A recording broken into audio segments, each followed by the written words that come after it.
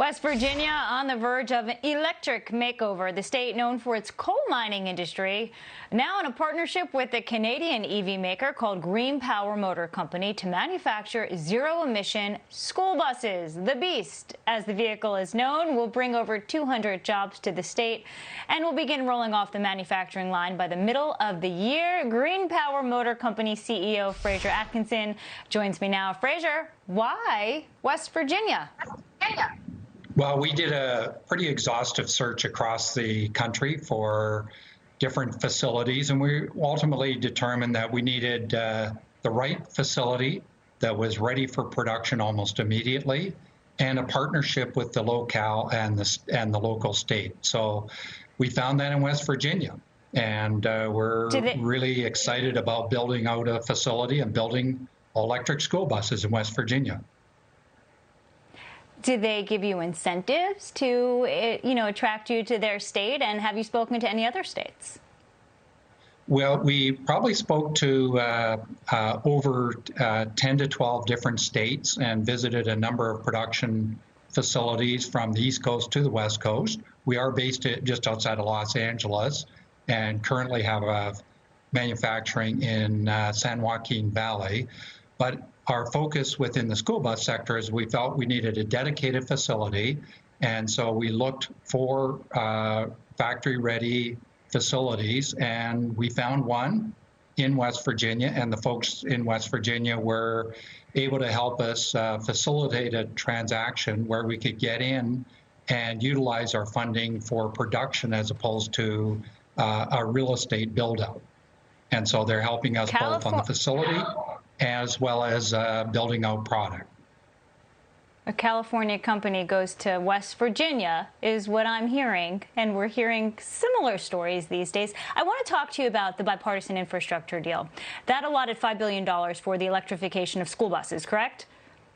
That's correct, over 5 years. Over 5 years. But Senator Manchin of West Virginia essentially killed Build Back Better. Does that, and with Build Back Better, there were some electric vehicle credits, et cetera. Did that effectively kill a big opportunity for your company?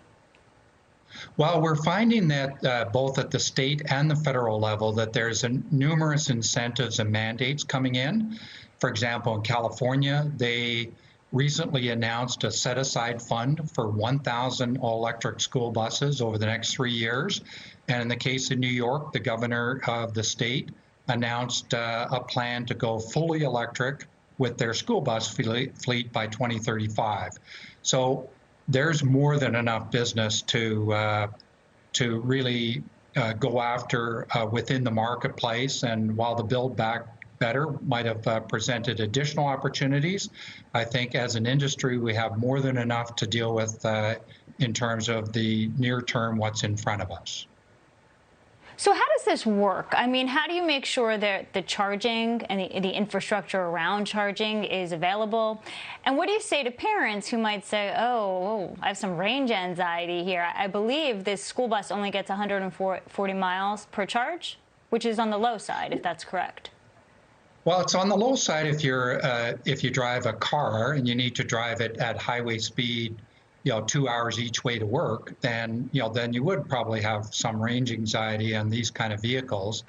But our vehicle has both a Type 2 or Level 2 charger, which is similar to pretty much anybody in the automotive space, as well as a DC fast charge. So we're able to provide ultimate flexibility in that deployment.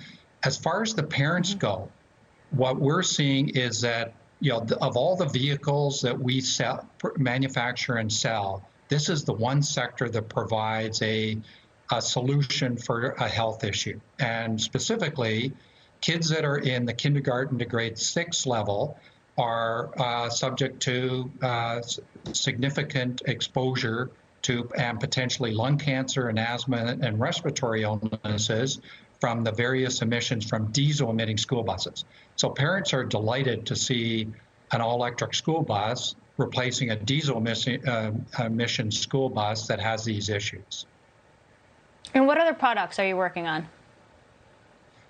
Well, the primary focus will be our Beast school bus initially, But ultimately, there are a number of other products within the school bus space, and so we certainly hope to be having a smaller version of the Beast available to compete with that sector of the market out of our facility in West Virginia, which we see as our sort of center of excellence for all of our school bus manufacturing.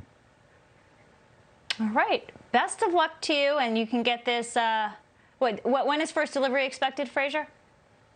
Well, as soon as we can get into the facility, we expect to be producing vehicles this summer and having them roll off the assembly line and into deployments early this fall if we can get in as soon as possible. Fraser Atkinson, we appreciate the time. Thank you very much.